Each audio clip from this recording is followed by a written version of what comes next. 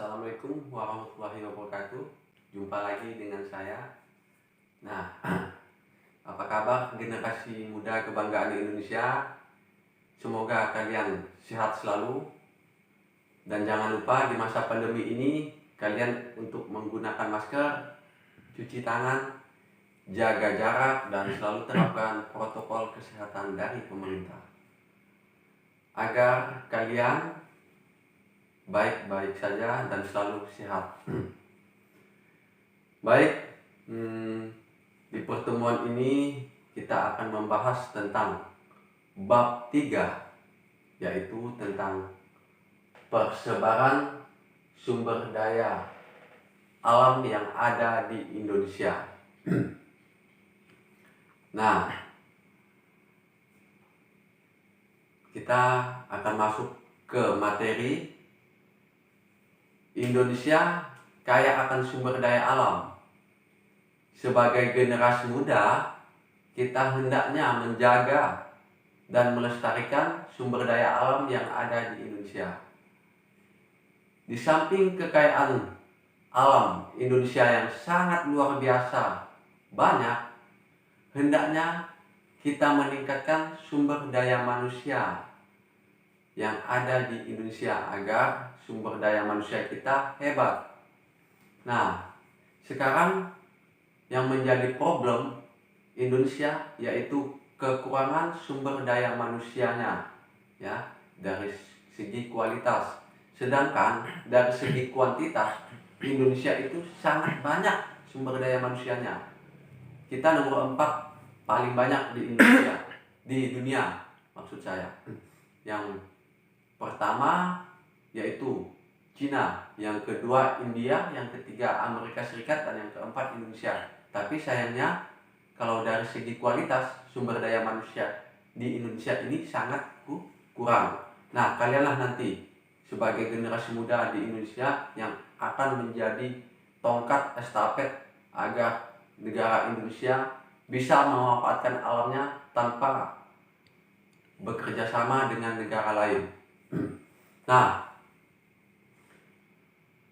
yang pertama kita masuk ke klasifikasi sumber daya alam. Yang A, berdasarkan manfaatnya, sumber daya alam itu dibagi menjadi 3. Yang pertama yaitu sumber daya alam materi. Sumber daya alam materi itu apa sih? Nah, sumber daya materi ini berbentuk benda mati. Contohnya emas. Emas itu digunakan sebagai perhiasan. Selain itu ada juga besi. Besi itu digunakan untuk bahan kendaraan, digunakan untuk membuat beton, dan digunakan sebagai alat rumah tangga. Selanjutnya ada tembaga. Tembaga digunakan sebagai penghantar listrik yang sangat baik, atau biasa dibuat untuk kabel listrik. Nah, selanjutnya yaitu nikel. Nikel itu manfaatnya apa sih? Nah, nikel itu manfaatnya sebagai campuran besi agar tidak berkarat. Biasanya kendaraan mesin motor itu campurannya adalah nikel.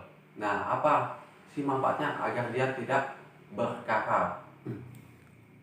Selanjutnya ada juga nih sumber daya alam materi yang berbentuk benda mati, yaitu garam. Garam itu digunakan untuk penyedap makanan. Nah, itulah sumber daya alam materi. Yang kedua yaitu sumber daya alam hayati. Nah, sumber daya alam hayati ini berasal dari makhluk hidup. Sumber daya alamnya berasal dari tumbuh-tumbuhan dan hewan. Kalau sumber daya alam yang berasal dari tumbuh-tumbuhan itu disebut sebagai sumber daya alam nabati. Sedangkan sumber daya alam yang berasal dari hewan itu adalah sumber daya alam hewani. Nah, selain itu tenaga hewan itu digunakan untuk biasanya untuk transportasi, yaitu digunakan untuk untuk alat transportasi pada zaman dahulu seperti kuda. Nah, sapi biasanya digunakan untuk transportasi. Selain itu digunakan juga untuk berolahraga dan digunakan untuk berrekreasi. Nah, taman rekreasi biasanya. Selanjutnya yang ketiga yaitu sumber daya alam energi. Sumber daya alam energi itu bisa dimanfaatkan energinya. Misalnya misalnya gas dan batu bara. Nah, biasanya gas dan batu bara itu digunakan gas untuk memasak, sedangkan batu bara itu digunakan untuk bahan bakar kereta api. Selain itu minyak bumi. Nah, minyak bumi seperti bensin, solar, petralit, pertamax itu digunakan sebagai bahan bakar kendaraan. Selain itu ada juga energi matahari. Nah, energi matahari itu digunakan untuk pembangkit listrik biasanya. Nah, selain itu ada juga air. Nah, air itu biasanya digunakan sebagai pembangkit listrik juga.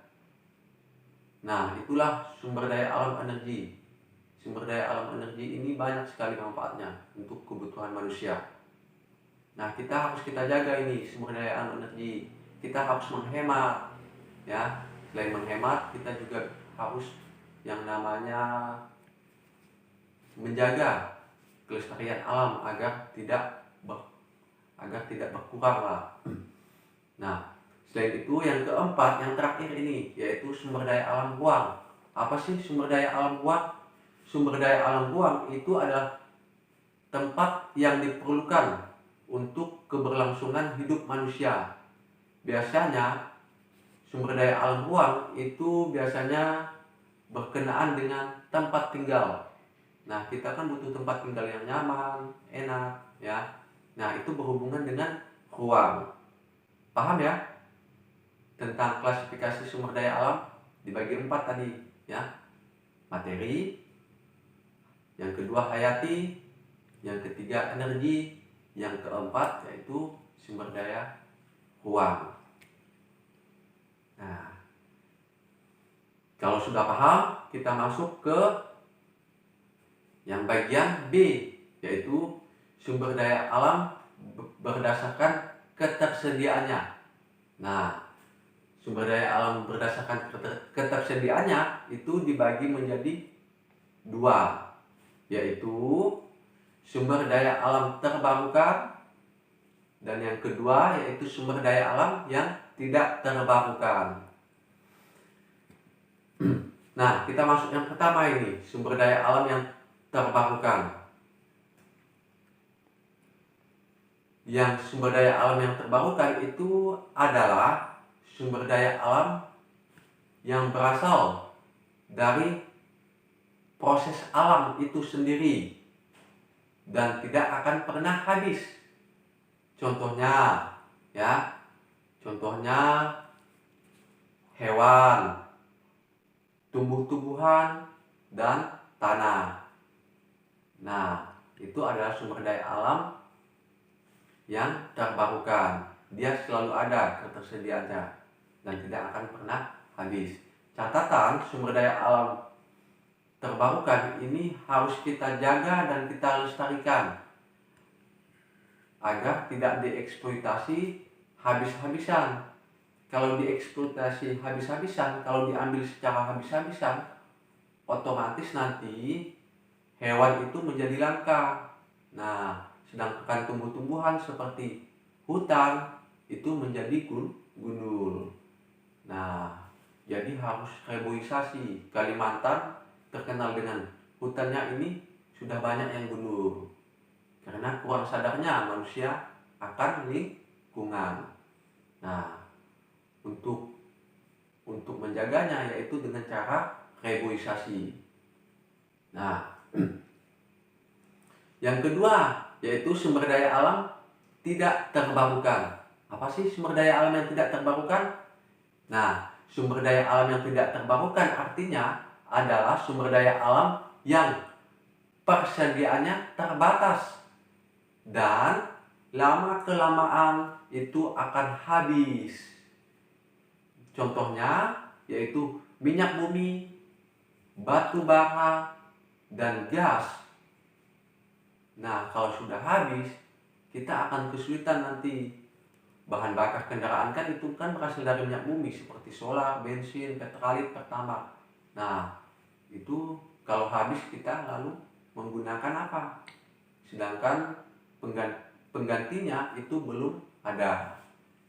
Nah, selain itu batu bara biasanya digunakan sebagai bahan bakar kereta api dan gas. Nah, gas ini biasanya digunakan untuk masak.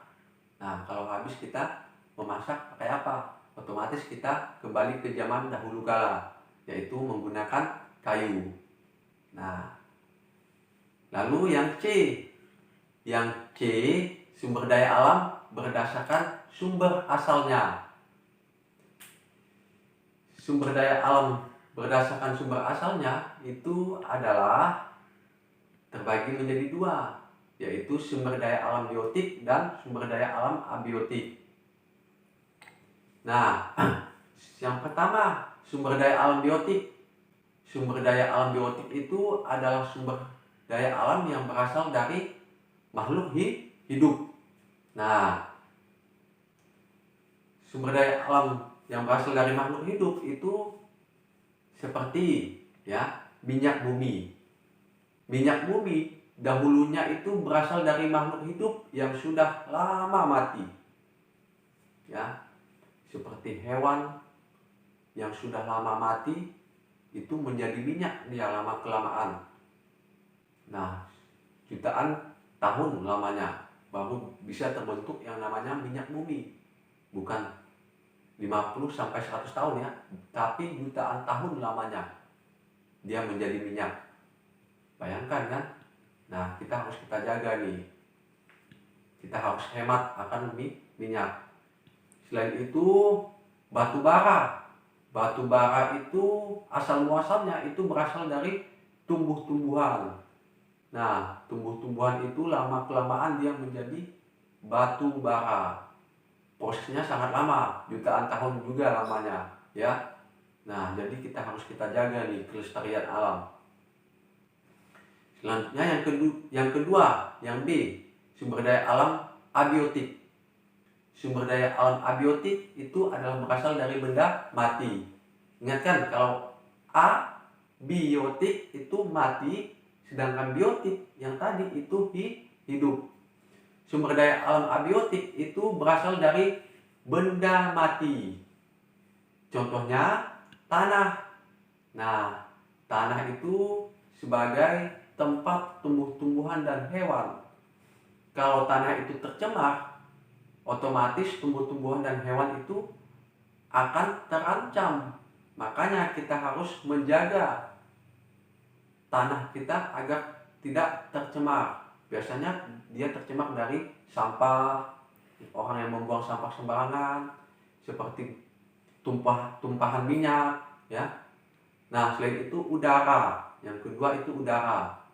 Nah, udara kita harus jaga kelestariannya. Tapi sayangnya udara kita ini agak berkurang.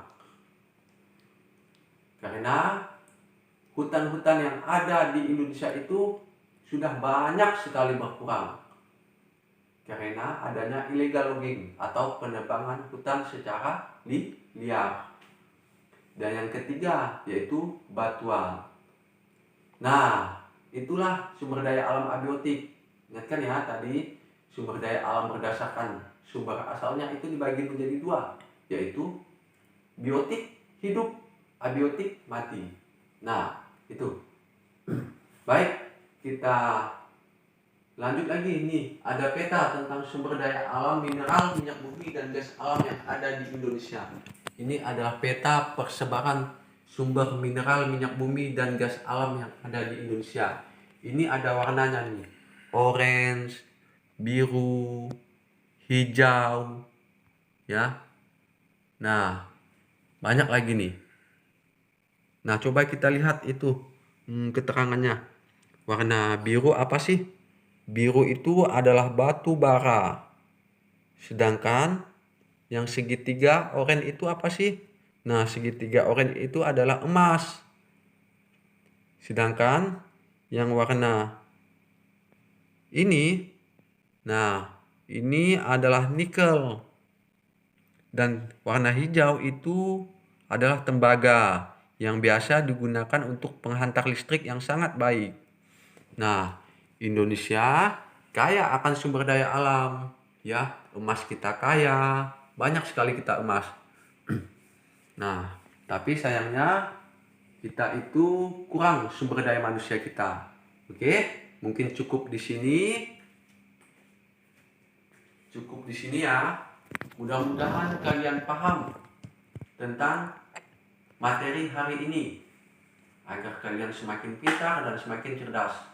Kalau kalian makin pintar dan makin cerdas, itu untuk kebaikan negara, ya, untuk kehormatan bangsa, agar Indonesia itu dihormati oleh negara lain dan disegani oleh negara lain. Nah, mungkin itu saja, ya. Mudah-mudahan kalian rajin belajar dan selalu bekerja keras. Nah, itu aja saya akhiri. Wassalamualaikum warahmatullahi wabarakatuh.